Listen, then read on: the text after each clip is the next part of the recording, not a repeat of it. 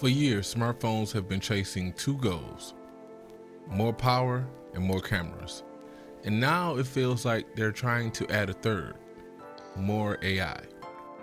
But sometimes the best technology is the kind that simply just feels right. And in that sense, the people who built this company might have already figured it out years ago. Hey guys, welcome to Shaw vs. Tech. And this is about the Apple iPhone 17 Pro Max. 6 months later, Apple's latest and greatest slab of glass, silicone, and ambition.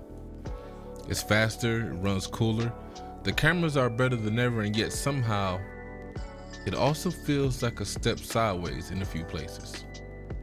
One of the ideas that shaped Apple's best products came from people like Steve Jobs and Johnny Ive. Surprisingly, technology shouldn't just work well, it should just feel right.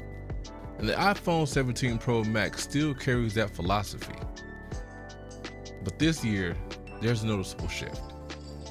Apple moved away from titanium and back to aluminum and glass.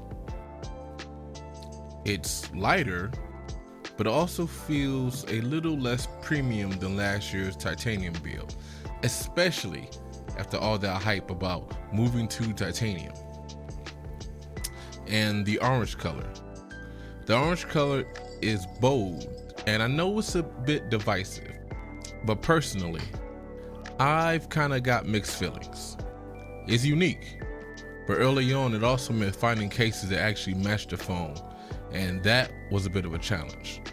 But after a while, at this 6-month juncture, there's orange cases everywhere, and the options are way better than the beginning. And when it comes to the white color, the blue, I'm just like, maybe next year I'll go back to the white. But I don't regret my decision going orange. I just wish I wasn't a day one iPhone kind of person, you know what I mean?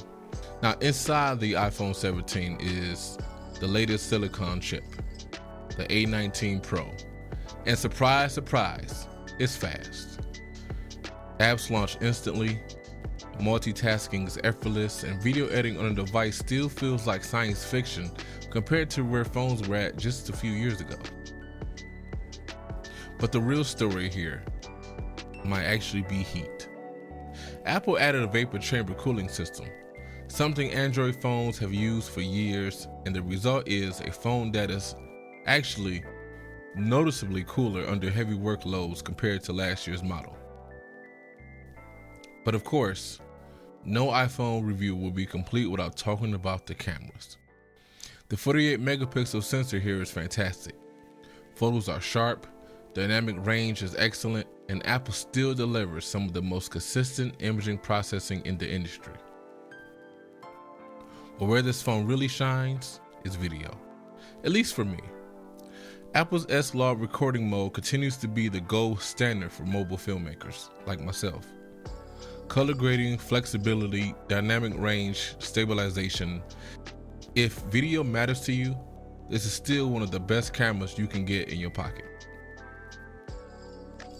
For me, if you have any doubt, check out this video here, my short film I did for Color Girls, just so you know how great the iPhone S-Log cameras is. Things and race the engine and tell all your secrets about yourself to your face, and I won't be sorry for none of it. I loved you on purpose. I was open on purpose. I'm not even. We need a God who bleeds now. A God whose wounds are not some small male vengeance, some pitiful concession to humility, a desert swept with the drying marrow in the honor of our Lord. We need a God who bleeds. And then we get to AI. Apple's AI features this year still feels, just feels fine. But when you compare them to what Google and Samsung Gemini is doing, Apple's approach still feels a step behind. It works, but it's not particularly exciting. And that is expected to change with this coming iOS update. Supposedly, they are going to join forces with Google Gemini to create a better, more coherent Siri. But where does that leave the 17 Pro Max now. Performance is excellent. The cameras are fantastic. The video recorder remains best in class. But the move away from titanium still feels like not necessarily a step backwards, but more like a side adjacent step. Color options are still limited, even though with the orange color, yes, we begged for colors. And it was like, boom, here you go, orange. And that's great, but can we get some red? Can we get some modern blue, some purples, some pinks for the pros, for people that are out there? I guarantee you, Apple, you will sell a ton. With all that taken together, I give the iPhone 17 Pro Max a solid B. Here's the thing.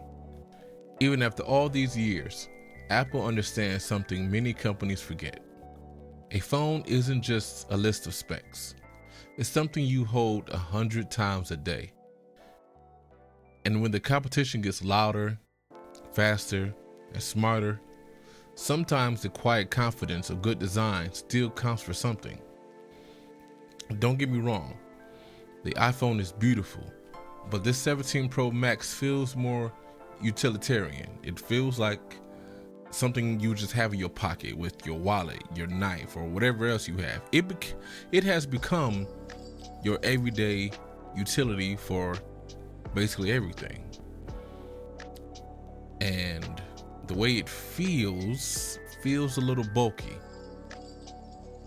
Next year, I may even go for the 18 Pro, just the standard size, because this one does feel like a brick, especially compared to the iPhone Air. But again, solid phone, great performance, great battery life, I will say. I give it a B. So, what do you guys think? Are you going to skip this one? Are you going to get the heavy discounts? It's going to surely come up right around the time the 18 is going to come out. But with that being said, let me know what you like. Let me know what you didn't like. Like and subscribe. Peace.